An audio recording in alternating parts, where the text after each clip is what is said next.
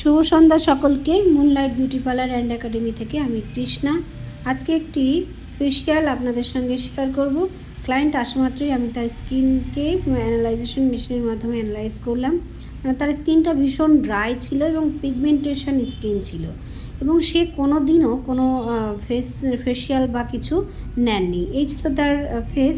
প্রচুর ট্যান পড়েছিল, skin dry ছিল, রাফ হয়েছিল, সঙ্গে স্কিনটা ভীষণ পাতলাও। অনেকেরই স্কিন হয় ভীষণ পাতলা, তো ড্রাই স্কিনের সঙ্গে সঙ্গে ওনার স্কিনটা কিন্তু ভীষণ পাতলা, সঙ্গে পিগমেন্টেশন আছে।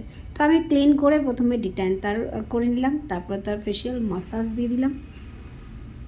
তো এখানে একটা কথা বলি যে যারা স্কিন কেয়ার করে না, কখনো কোনো দিন কিছুই করেনি, তারা ভয় পায় প্রথম যে করলে কি কিছু হবে নাকি, একবার স্টার্ট করলে আর কি থামাতে পারবো না।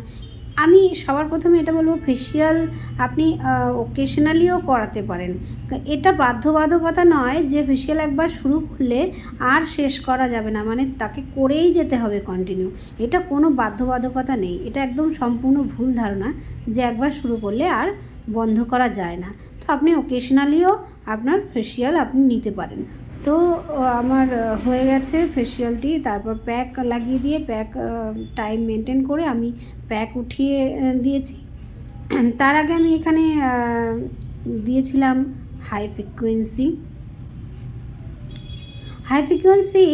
সঙ্গে আরেকটা কথা বলে রাখি যে হাই ফ্রিকোয়েন্সি কিন্তু সব স্কিনে যায় না। অনেককেই আমি দেখি খুব সুন্দর নর্মাল স্কিন, সেখানেও হাই ফ্রিকোয়েন্সি দেওয়া হচ্ছে। তো হাই ফ্রিকোয়েন্সিটা অ্যাকচুয়ালি প্রবলেম স্কিনেই যায়।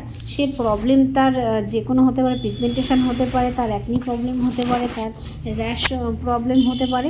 সেই প্রবলেম অনুযায়ী হাই ফ্রিকোয়েন্সি দেওয়া হয়, এবং খালি স্কিনে হাই ফ্রিকোয়েন্সি দেওয়া যায় না, তার জন্য তার উপযুক্ত সলিউশন দরকার হয়। তো এখানে সে প্রথমবার আমার ক্লায়েন্ট ফেসিয়াল নিচ্ছে, তো প্রথমে সে ভয় পাচ্ছিল যে কিছু বেরোবে না তো বা কিছু হবে না তো। তো আমার স্কিনে এত সে বুঝতে পারছিল না যে এটা ট্যান কি না, বলছে এমন হয়ে আছে দেখে মনে হয় ময়লা। তাই আমি বললাম এগুলো অ্যাকচুয়ালি ময়লা না, তো আপনি কখনো ডিট্যানিং করেননি, তাই এগুলো ট্যান পড়ে আছে। তো যাই হোক, সে ফেসিয়ালটি নিল অ্যান্ড ফেসিয়াল আমার কমপ্লিট হয়ে গেছে। আমি তাকে এবার শাইন ক্রিম লাগাচ্ছি। লাগানোর পরে এবার আপনাদের দেখাবো ফাইনাল রেজাল্ট। কেমন লাগলো ফেসিয়ালটি আপনারা অবশ্যই কমেন্ট করবেন, এবং আপনারা যারা করতে চান তারা জলদি চলে আসবেন। এই হলো ফাইনাল রেজাল্ট, তার স্কিনের ট্যান রিমুভ হয়ে গেছে, এবং কেমন লাগলো কমেন্ট।